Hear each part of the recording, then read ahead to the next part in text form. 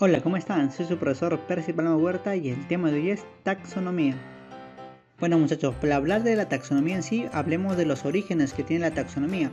Entonces muchachos, el primer sistema de clasificación conocido se remonta aproximadamente 300 años antes de Cristo, cuando el griego Aristóteles dividió los seres vivos en plantas y animales. A estos últimos los dividió de acuerdo a la presencia o ausencia de sangre y de acuerdo a otras características como la locomoción, forma de reproducción y anatomía externa. A mediados ya del siglo XVI, muchachos, y estimulados por la exploración de ultramar, los naturalistas crearon los primeros jardines botánicos, herbarios y museos de la historia natural.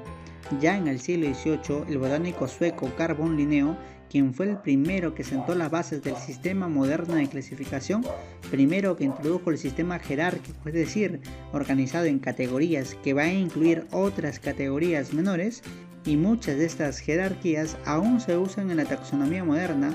Y luego, muchachos, estableció la nomenclatura binomial, es decir, la designación de dos nombres para las especies como el Homo sapiens. Además, muchachos, Linneo agrupaba a los organismos de acuerdo a la similitud morfológica.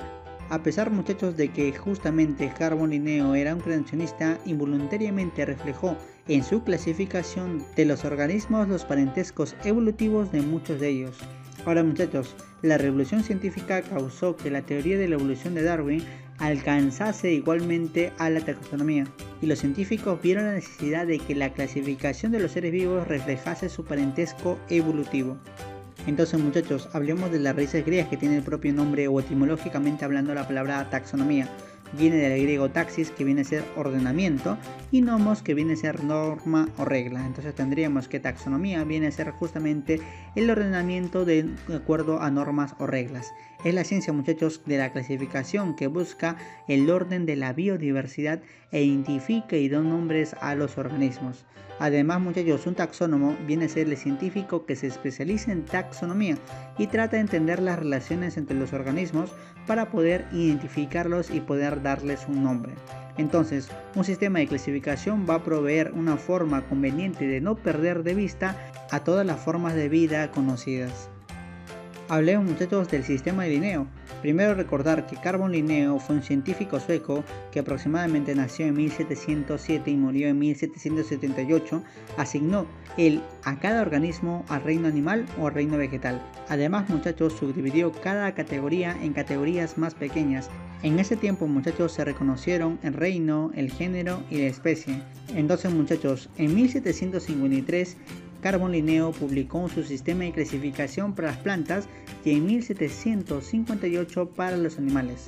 Ahora, la especie era y es la unidad básica del sistema de clasificación de Carl von Linneo, y esta se basaba en las similitudes de la estructura del cuerpo, y es por estas razones, muchachos, que es considerado el fundador de la taxonomía moderna. Ahora hablemos de la nomenclatura binomial. En la nomenclatura binomial, muchachos, los nombres científicos se basan en la nomenclatura binaria, es decir, está formado por dos nombres que corresponden al género y a la especie respectivamente, utilizándose solamente palabras de origen latino. El género se va a escribir con su primera letra en mayúscula, mientras que la especie se escribe todo con minúscula. Además, ambos nombres siempre se deben subrayar. Entonces, acá tenemos en el ejemplo al hombre, ¿no? Tenemos que el nombre común se le conoce como hombre, el nombre científico viene a ser Homo erectus, donde Homo viene a ser el género y erectus viene a ser la especie. Justamente tal como lo decía en la nomenclatura binomial, el primer nombre está con la primera letra está con letras mayúsculas y luego todo con minúsculas y totalmente subrayado. Ahora muchachos, ¿qué significa Homo erectus? Significa hombre recto. Ahora muchachos, las ventajas justamente que posee la nomenclatura binomial es que los científicos de todo el mundo aceptan el latín como el lenguaje de la clasificación, y el latín es un idioma estable que no está sujeto a cambios, ya que es una lengua muerta. El sistema muestra las relaciones de las especies dentro de un género en particular. Por ejemplo, tenemos al Canis familiaris o al Canis lupus. Y justamente, muchachos, la segunda palabra del nombre en latín es un adjetivo. Este término ayuda a describir la especie. Por ejemplo, tenemos Acer rubrum, es el nombre científico del arce rojo, donde rubrum, muchachos, viene a ser rojo, obviamente en latín. Lo cual, muchachos, viene a ser justamente un adjetivo, una característica justamente de esta especie para poder identificarla de manera más correcta. Ahora hablemos, muchachos, de las categorías taxonómicas. Ahí tenemos al dominio, al reino, al filum, a la clase, al orden, la familia, el género y la especie. Obviamente acá tenemos un cuadro comparativo del oso polar y justamente el hombre, que si nos damos cuenta ambos poseen el mismo dominio, en este caso eucarioto, ambos poseen el mismo reino, en este caso los dos son reino animal. Ambos están en el mismo filum, que el filum de los cordados, de los vertebrados. Ambos poseen la misma clase, que son mamíferos. Y acá, muchachos, viene la diferencia. Entre uno de ellos en el orden viene a ser, en este caso el oso polar viene a ser un carnívoro, y en este caso el hombre viene a ser los primates.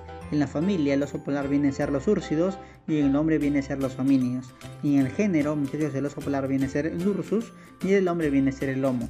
Y la especie viene a ser marítimos en el caso del oso polar y en el caso del hombre viene a ser sapiens.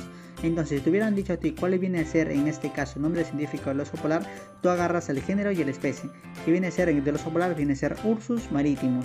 En este caso del hombre, ¿cuál vendría a ser su nombre científico? Viene a ser solamente agarrar al género y la especie. Recuerda que la primera es el género y la segunda es la especie. Entonces en el hombre, ¿cuál viene a ser el nombre científico? Viene a ser Homo sapiens. Ahora hablemos, muchachos, del dominio. Los organismos van a poder agruparse, muchachos, en tres categorías principales llamadas dominios. Tenemos a la bacteria o eubacteria, tenemos al grupo de Archaea y tenemos al grupo de los eucariotas. Y los miembros, muchachos, de los dominios, bacterias y archeas consisten en células individuales simples y los organismos de dominio eucariota contienen cuerpos formados por una o más células altamente complejas. Ahora hablemos de reino, muchachos. En la biología, muchachos, reino es cada una de las grandes subdivisiones en que se consideran distribuidos los seres naturales por razón de sus caracteres comunes. Acá tenemos a reino monera, reino protista, reino fungi, reino plantae, reino animal. Ahora hablemos del filo, muchachos, o también que se lo conoce como filo. En zoología, muchachos, filo es una categoría taxonómica que está entre reino y la clase y se utiliza justamente para subdividir el reino animal y el reino protista.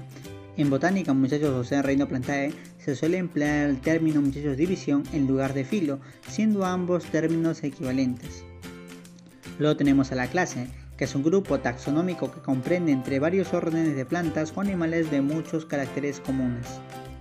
Luego tenemos al orden, que especifica la categoría o rango taxonómico del grupo, más amplio que el de la familia y menos amplio que el de la clase.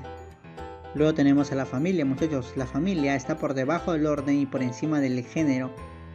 En la clasificación moderna, el nombre que designa la familia procede de un género de la familia denominado género tipo, y los nombres de las familias de los animales finalizan siempre en idae como equidae, que en este caso viene a ser la familia de los caballos.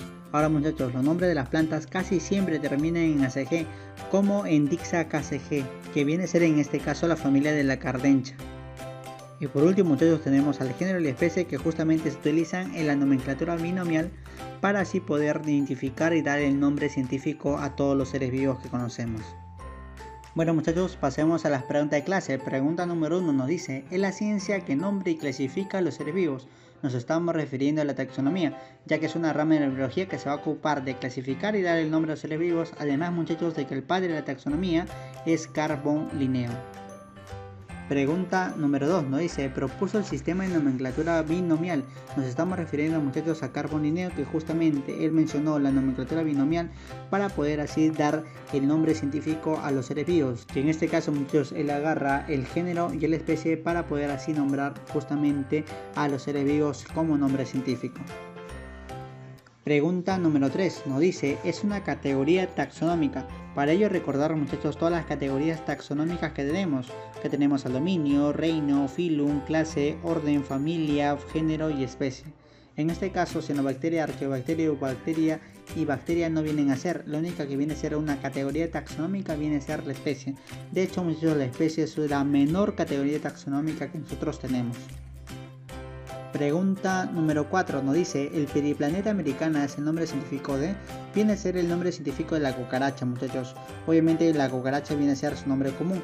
Además, periplaneta viene a ser el género y americana viene a ser la especie. Recuerden siempre que el primer nombre viene a ser el género y el segundo nombre, el nombre científico, viene a ser la especie. Pregunta número 5 nos dice: los dominios vivientes son 3, muchachos, que vienen a ser en este caso justamente la arqueobacteria, la eubacteria y la eucariota. Bueno, muchachos, hemos llegado al término de la clase. No se olviden de presentar sus trabajos y sus tareas. Los estaré esperando. Muchas gracias.